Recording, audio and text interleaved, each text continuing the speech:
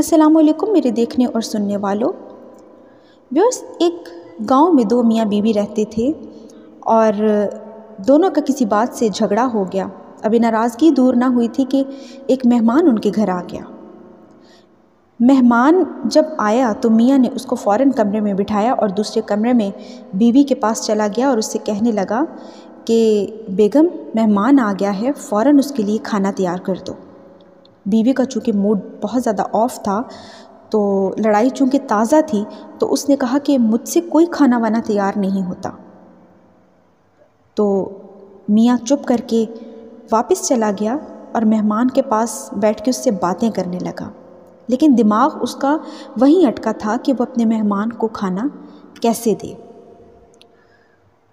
ابھی وہ بیٹھا سوچ ہی رہا تھا کہ اچانک اس کے دماغ میں ایک آئیڈیا آیا کہ کیوں نہ وہ اپنے ہمسایوں سے کہتے کہ وہ اس کے مہمان کے لیے کھانا تیار کر دیں۔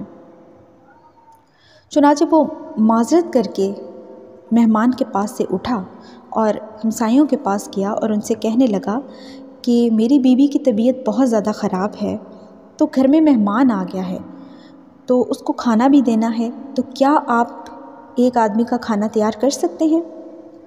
تو ہمسایوں کے ساتھ چونکہ تعلقات پہ بہت زیادہ اچھے تھے، تو انہوں نے فوراً حامی بھر لی۔ وہ آدمی واپس آیا اور مطمئن ہو کے مہمان کے ساتھ باتیں کرنے لگا۔ وہ خوش بھی تھا اور مطمئن بھی کہ چلے مہمان کو کھانا بھی مل جائے گا اور میری عزت بھی بچ جائے گی۔ تھوڑی دیر بعد مہمان نے پانی مانگا۔ وہ پانی لینے کے لیے جب اندر گیا تو کیا دیکھتا ہے کہ بیوی زاروں قطار رو رہی ہے۔ وہ بہت حیران ہوا اور اس نے بیوی سے پوچھا کہ بیگم، کیا بات ہے، تم کیوں رو رہی ہو؟ بیوی پہلے سے بھی زیادہ رونے لگی اور کہنے لگی کہ آپ مجھے معاف کر دیں۔ وہ کہنے لگا کہ بھلی بندی، مجھے بتا تو صحیح کہ ہوا کیا ہے۔ وہ کہنے لگی کہ نہیں، پہلے آپ مجھے معاف کریں اور مجھے بتائیں کہ آپ نے مجھے دل سے معاف کر دیا یا نہیں۔ میاں نے کہا کہ میں نے تمہیں دل سے معاف کیا، اب بتاؤ کہ کیا معاملہ ہے۔ اس نے کہا کہ جب آپ نے مجھے کھانا بنانے کے لیے کہا اور میں نے انکار کر دیا تو آپ چپ چاپ باہر چلے گئے۔ مجھے اپنی غلطی کا احساس ہوا اور میں نے سوچا لڑائی میری اور آپ کی ہے، اس پہ مہمان کا کیا قصور؟ کیوں ہم اپنے گھر کا بھید کسی اور کو دیں؟ چنانچہ میں اٹھی اور باورچی خانے میں کھانا بنانے کے لیے چلی گئی، لیکن جیسے ہی باورچی خانے میں داخل ہوئی تو دیکھا کہ ایک بزرگ، ایک سفید داڑھی والا بزرگ جس نے سفید رنگ کے کپڑے پہنے ہوئے تھے، وہ ہماری آٹے والی بوری میں سے آٹا نکال رہا ہے۔ میں یہ دیکھ کر بہت ڈر گئی۔